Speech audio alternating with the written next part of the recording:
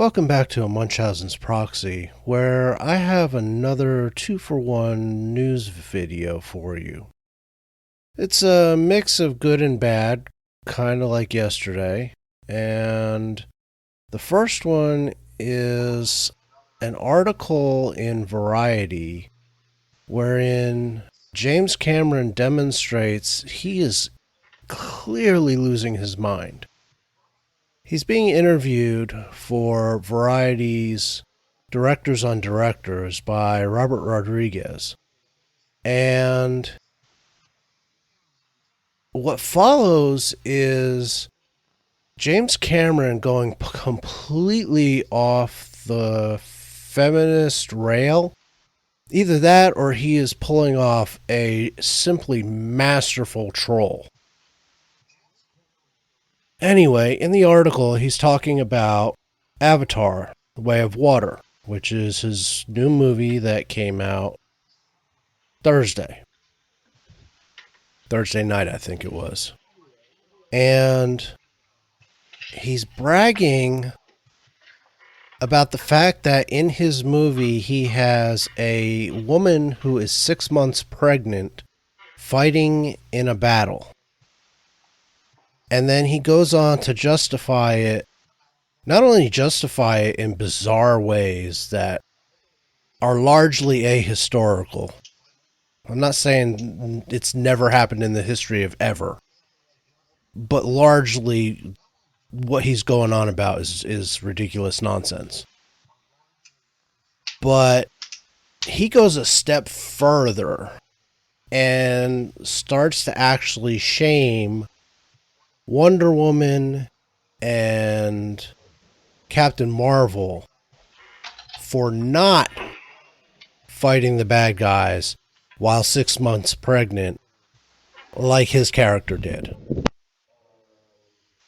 And my only thought was, James, you're an idiot.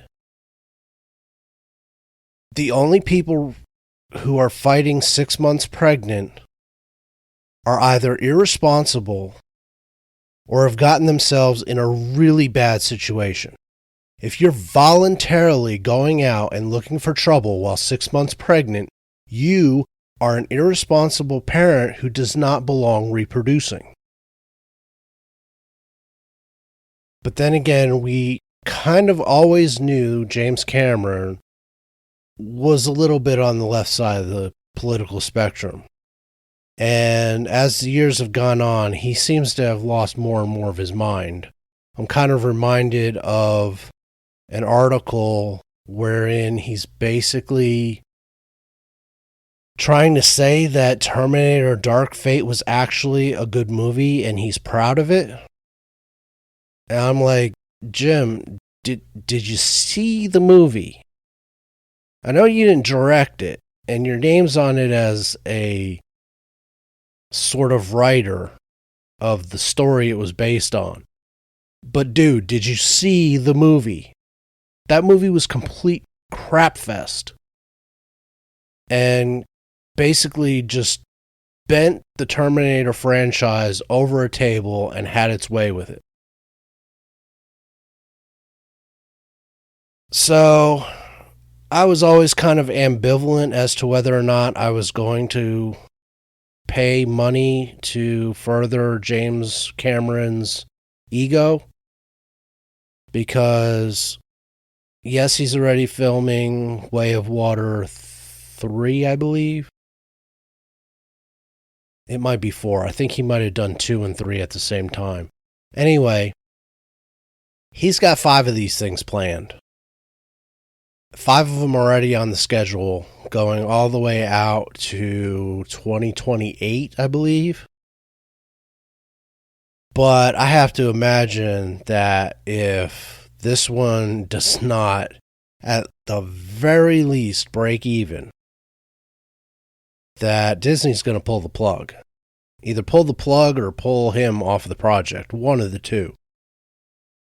I can't see Disney in the money environment that Hollywood is in right now blowing the kind of money James Cameron has spent over the last decade plus continuing the Avatar franchise.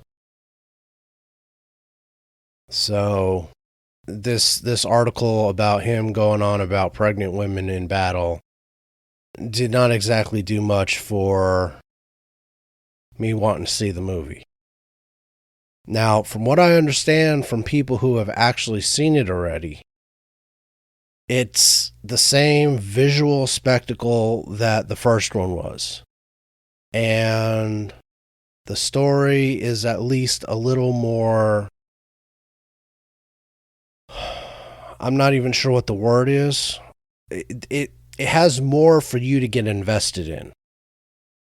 It's not just a bunch of scientists going up against a bunch of stereotypical evil military people and corporate people to save the Na'vi. So, I don't know. I may or may not see it. Depends on if I hear anything from anybody I actually know. Most of the people I've heard talk about it so far are people on YouTube. If I hear good things from people I actually know, then I might go see it and review it for the channel, but I don't know. We'll see. The second story is a little more upbeat because yesterday we got news that Henry Cavill is no longer Superman. And whether you liked Man of Steel, Batman vs. Superman, the Justice League, or the Snyder Cut of the Justice League, or not, you have to admit that Henry Cavill is probably as good a Superman as we could possibly expect, especially in this Hollywood in this time. There's not a lot of manly men running around Hollywood these days. Henry Cavill would have fit right in with any era of tough guy heroes from early 2000s, 80s, 90s, 60s, 70s. He's just the prototypical butt-kicking hero. And the fact that DC is going to throw that away to probably go out and get some boy band waif who barely looks capable of lifting a pencil, never mind throwing a car, is kind of sad, but we can hope that James Gunn is smarter than that. But today, there was a bit of good news on that front, and it appears that Henry Cavill, after having been burned by Netflix and Miss Hitchrich over there, completely screwing up The Witcher, and then being burned by DC in their executive shuffle and being fired as Superman, has apparently decided he wants to go do his own thing where he has a little bit more control over what goes on. And so he apparently is going to be signing to not only star in, but executive produce Warhammer 40K over on Amazon. And Amazon is currently in the final stages of wrapping up the rights for Warhammer. Now, I do not have a lot of faith in Amazon after watching them butcher the Rings of Power and the Wheel of Time, and after seeing them kind of do a mediocre to okay job on the Peripheral. I mean, the Peripheral had its issues, but it was still watchable. At least some episodes were. But then again, you have other series like Reacher and The Terminal List, which were just absolutely fantastic. So which Amazon are we going to get? Are we going to get the let's butcher the IP Amazon, or are we going to get the let's give the audience what the audience actually wants rather than the activists that work at Amazon? And if we get the former, Warhammer 40K could be freaking awesome. Especially if they put the kind of money behind it that they have put behind the Rings of Power. I seriously doubt they're going to spend $1 billion on it. But if they can put at least like somewhere approaching House of the Dragon money behind it, it could be friggin' awesome. I am not a Warhammer guy by any stretch of the imagination, but I know enough about it to understand that there is a deep lore there, and the stories that could be written in that lore could be absolutely just enthralling if you get the right writers, the right showrunner, and actors who want to do justice to the IP.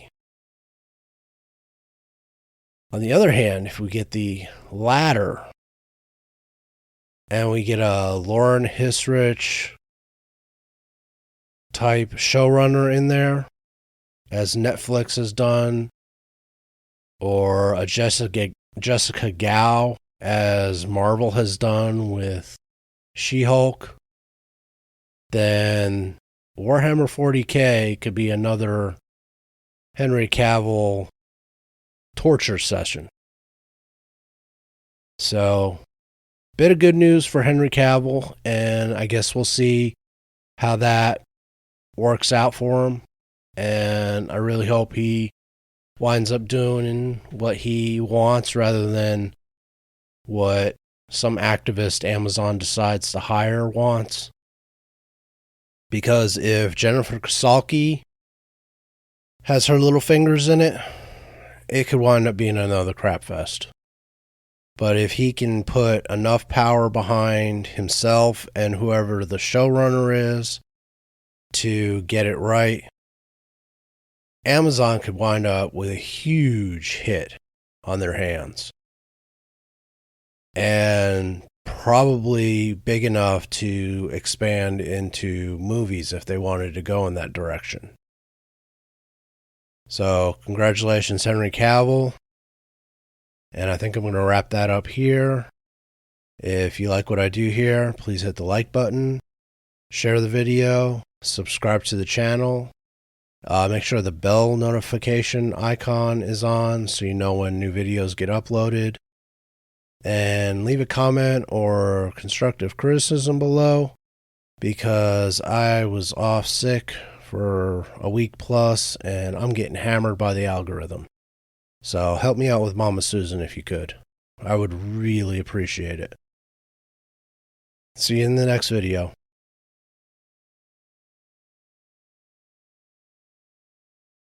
Tschüss.